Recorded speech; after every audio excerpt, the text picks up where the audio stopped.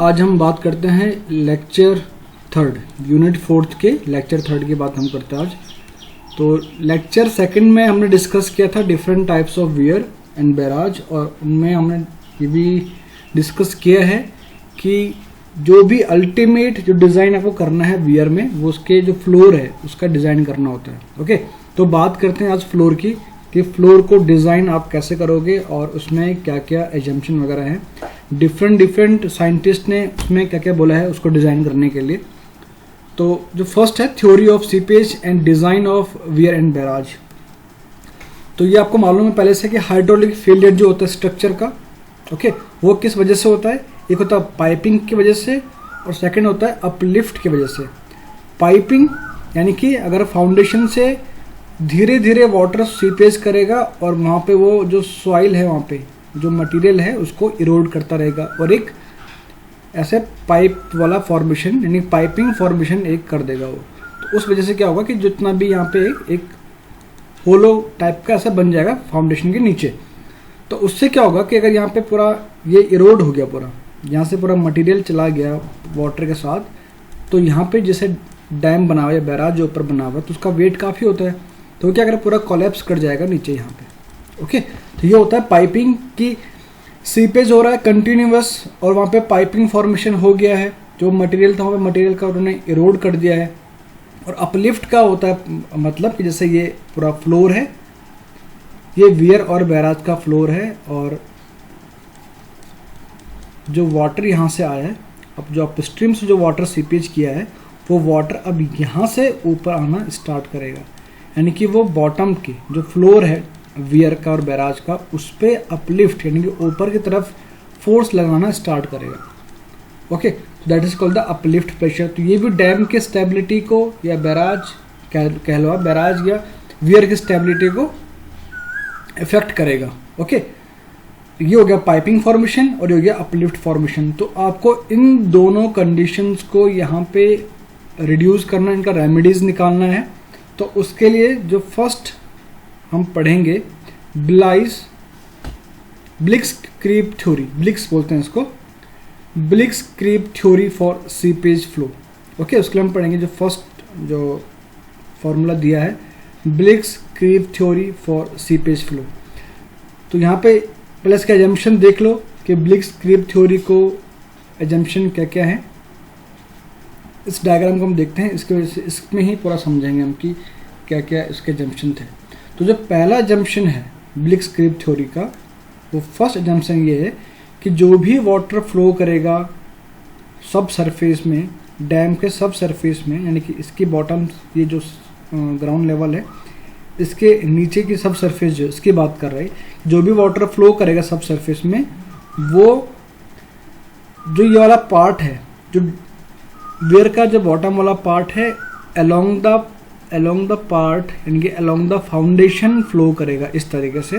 अगर इसका मैं बनाऊं एक और डायग्राम, ये उसका सब सरफेस वाला पार्ट है, यहाँ पे इन्होंने अभी कट ऑफ लगा रखे हैं। तो ये अगर कट आउट ना हो, इन केस अगर मैं नॉर्मल की बात करूं, तो जो वाटर फ्लो करेगा वो वाटर ऐसे करेगा flow, okay, along the foundation ऐसे। अगर मैं इसको मैंने मॉडिफाई करके यहाँ पे एक और बनाता हूँ,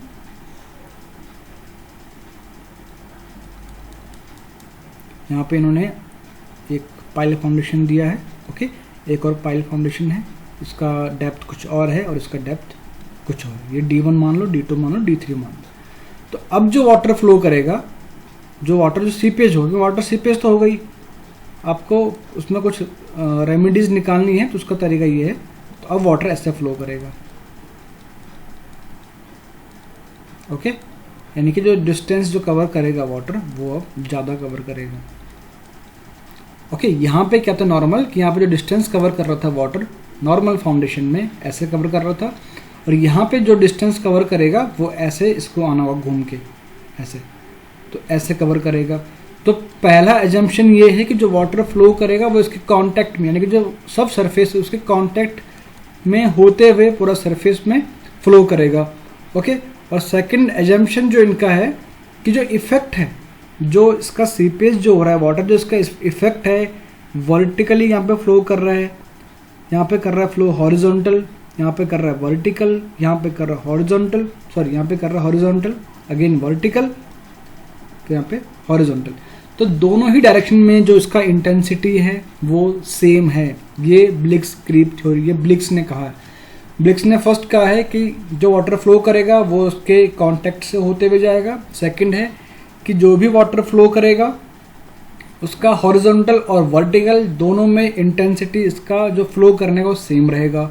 ओके, और थर्ड जो उसने कहा कि जो हाइड्रोलिक ग्रेडियंट है, ओके, यानी कि जो स्टार्टिंग में यहाँ पे ये बैराज है, यहाँ पे ये वाटरफुल है और यहाँ पे ये इसको हमने ज़ीरो लेके आना है। तो ये हेड लॉस जो हो गया, हेड लॉस है HL, ओके, और ये टोटल लेंथ है।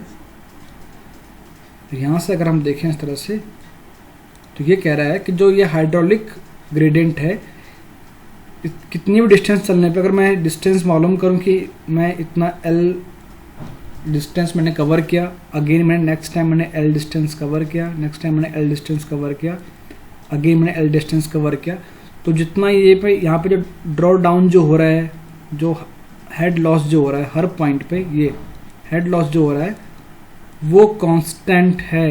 ये ब्लिक्स ने कहा है ये कांस्टेंट रहेगा कि जितना भी आप कवर करोगे, जितना भी आप हॉरिजॉन्टल में मूव करोगे, उसके करस्पॉन्डेंस जो भी हाइड्रोलिक ग्रेडियंट आएगा या हाइड्रोलिक या हेड लॉस आएगा वो कांस्टेंट रहेगा नेक्स्ट पॉइंट के लिए। अगर यहाँ पे अगर मैं 1 मीटर चला हूँ यहाँ पे और यहाँ पे 0.5 का हेड लॉस रहा है तो 0.5 का यहाँ पे भी रहेगा, 0.5 का यहाँ पे भी होगा, 0.5 का यहाँ पे भी होगा। ओके, वो कांस्टेंट है, ये एजम्पशन है, ये 3 एजम्पशन देते हैं ब्लिक्स ने। तो इसको अब डिस्कस करता हूँ। तो इसका जो पर्पस है, पर्पस इसका ये है कि इसको ऐसा बनाया क्यों है।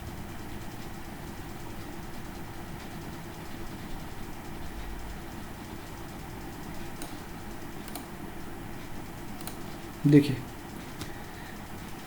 अगर आपको यहाँ पे देखना है कि यहाँ पे जो हाइड्रोलिक ग्रेडियंट है, ओके, यानी कि HL/L, आपको HL/L ये होगा हाइड्रोलिक ग्रेडियंट, यानी कि I = HL/L, head loss divide by total length which will be cover by the water. जो वाटर जितना कवर करेगा, जितना वो वाटर डिस्टेंस कवर करेगा यहाँ पे फ्लो करते हुए, वो होगा कैपिटल L। ओके, ये डिस्टेंस ऑफ वाटर, इसको कहते हैं क्रीप लेंथ, इसे कहते हैं क्रीप लेंथ। ओके, तो हाइड्रोलिक ग्रेडियंट होगा HL/L, यानी कि आपको एट द एंड, यहाँ पे एंड पॉइंट पे आपको हाइड्रोलिक ग्रेडियंट जो है वो 0 लेके आना है। इसकी वैल्यू, इसको 0 करके आना है आपने। यहाँ पे जितना भी H होगा, HL जितना भी यहाँ पे होगा, H जो भी होगा, आपको हेड लॉस यहाँ पे, आपको जो हाइड्रोलिक ग्रेडियंट है वो आपको यहाँ पे 0 लेके आना है। ओके, 0 लेके आओगे तो इसका मतलब यहाँ से कोई भी वाटर फ्लो नहीं करेगा, कोई भी वाटर यहाँ तक नहीं बच पाएगा, जो वाटर यहाँ से बाहर आएगा। अगर आप यहाँ पे 0 लेके आओगे तो इतना इंटेंसिटी उस वाटर में नहीं होगा कि यहाँ से वो बाहर आ जाए। अगर आप इसको इतना कर देते हो तो उससे सीपेज कंट्रोल हो जाएगा, यानी कि उससे गली फॉर्मेशन नहीं होगा। यहाँ पे इस फाउंडेशन में उससे गली फॉर्मेशन नहीं होगा। तो इसके लिए ही क्या करते हैं, क्रीप लेंथ को बढ़ाते हैं।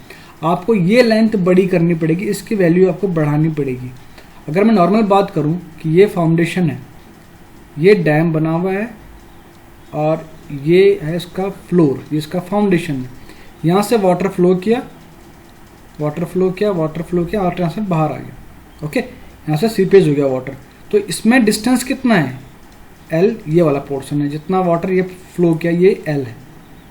तो यहाँ पे L की वैल्यू क्या है, कम है। अगर कंपेयर करूँ मैं इससे, तो यहाँ इन्होंने क्या किया, इन्होंने कट ऑफ लगा दिए। एक ये लगाया है D1 डेप्थ का, सेकेंड ये लगाया है D2 डेप्थ का, और थर्ड ये लगाया है D3 डेप्थ का। अब जो वाटर फ्लो करेगा वो वाटर इस तरह से फ्लो करेगा, वाटर ऐसे फ्लो करेगा। यानी कि जो लेंथ है, जो वाटर जितनी लेंथ कवर कर रहा है वो अब क्या हो गया, बढ़ गया। तो लेंथ कितना होगा, 2 times of D1 plus L1, 2 times of D2 plus L2 and 2 times of D3। तो L की वैल्यू बढ़ गई है तो आपने I की वैल्यू को रिड्यूस कर दिया है। तो आपको यही करना, यही पर्पस होता है कि आप यहाँ पे कट ऑफ कट आउट लगाते हैं, कट ऑफ दोनों कह सकते हो आप, यहाँ पर आप कट ऑफ प्रोवाइड करते हो। ओके, अल्टीमेटली यूज़ यही है कि आपको यहाँ पे ये वैल्यू जो यहाँ पे जो ग्रेडियंट है वो 0 लेके आना है। उसके लिए क्या करोगे आप, क्रीप लेंथ को बढ़ाओगे। ये ब्लिक्स ने थ्योरी दिया है सीपेज को कंट्रोल करने के लिए कि यहाँ पे आपको कट ऑफ देने के बाद आप डिस्टेंस जो टोटल एल है वो काउंट करिए और आई निकालिए, यहाँ पे आपको टोटल 0 लेके आना है। ओके, तो यहाँ पे देखिए टोटल एल, देखो टोटल एल जो होगा creep length d1 plus d1, यानी कि d1 पहले इस तरफ होगा, देन d1 इस तरफ होगा, d1 plus d1 plus l1 plus d2 की वैल्यू ये वाली, प्लस अगेन d2 जो वापस मूव करेगा, प्लस l2 ये वाली distance l2 plus d3 plus d3। तो ये वैल्यू आती है कैलकुलेट करने के बाद, जो कैपिटल L की जो वैल्यू आती है वो आती है b plus 2 times of d1 plus d2 plus d3।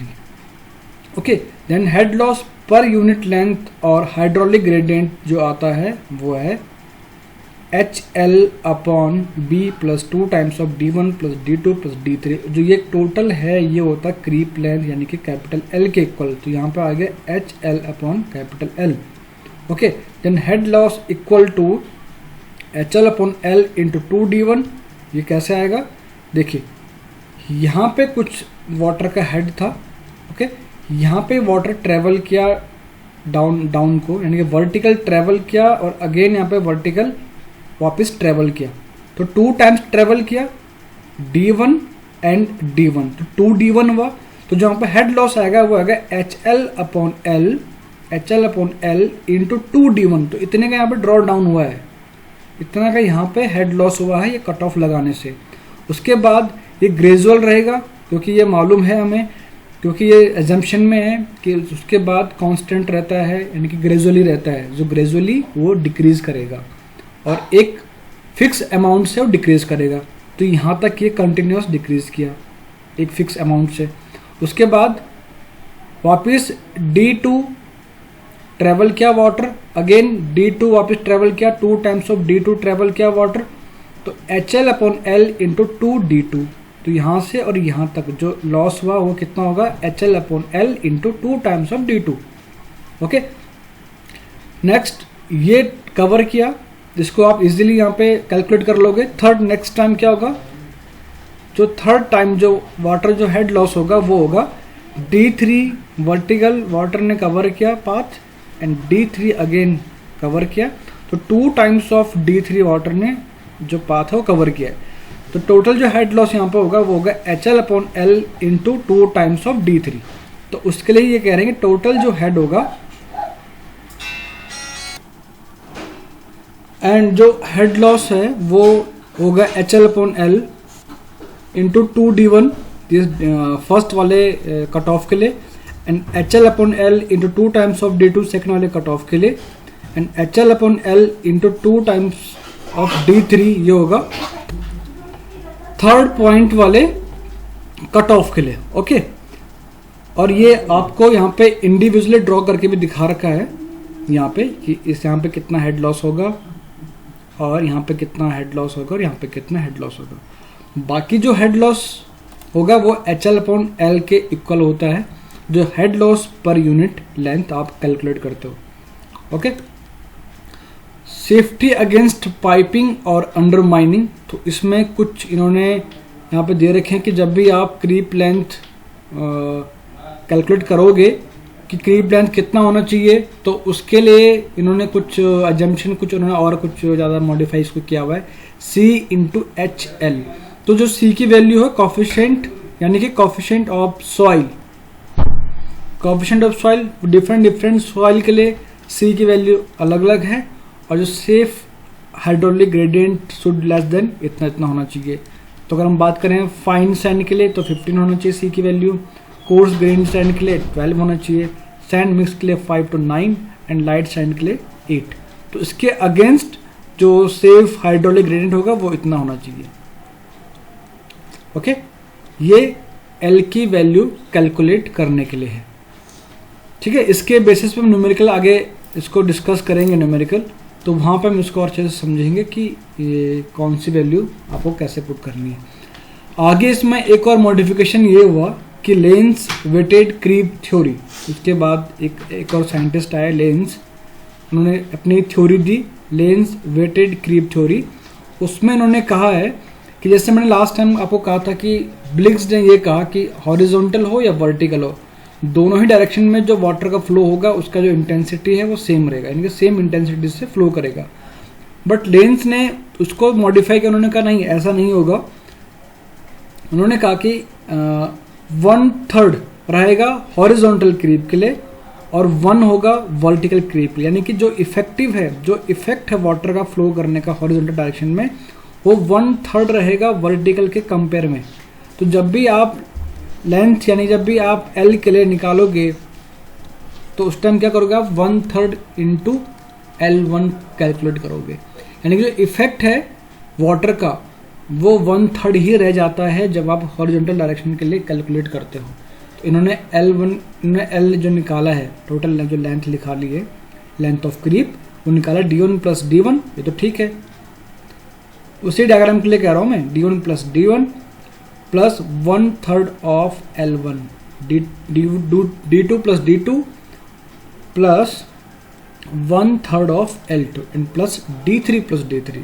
तो जब भी इन्होंने क्या किया, जो डायरेक्शन है हॉरिजॉन्टल वाले, उन्होंने वहाँ पे क्या कर दिया है 1/3 उसको कर दिया है कि उन्होंने कहा है कि उसका जो इंटेंसिटी है वो हॉरिजॉन्टल में 1/3 ही रह जाती है कंपेयर टू वर्टिकल। ओके, तो इतना सा चेंज हुआ है फॉर्मूले में अगर आप बात करोगे लेंस क्रीप थ्योरी की। और जो वहाँ पे चेंजेस हुए हैं सी की वैल्यू में, इन्होंने सी की वैल्यू में चेंजेस किए हैं सेम फॉर्मूले में। 8.5 वेरी फाइन सैंड के लिए रहेगा तो उसके लिए 1/8.5 रहेगा। फाइन सैंड के लिए सी की वैल्यू 7 रहेगी तो 1/7 उसके लिए रहेगा। कोर्स सैंड के लिए 5 1/5, ग्रेवल के लिए 3.5 to 3.0 ये वाला रहेगा उसके लिए। बोल्डर के लिए 2.5 to 3.0, 1/2.5 to 1/3। क्ले सॉइल के लिए 3.0 to 1.6 और ये 1/3 to 1/16। तो ये है आज का टॉपिक जिसको हमने डिस्कस कर लिया है। जो नेक्स्ट टॉपिक है वहाँ पे हम डिस्कस करेंगे खोसला थ्योरी को। खोसला थ्योरी इन्होंने भी काफ़ी चेंजेस किए हैं दोनों ही थ्योरी पे, जो भी हमने डिस्कस किए हैं आज, ब्लिग्स क्रीप थ्योरी और लेंस वेटेड क्रीप थ्योरी।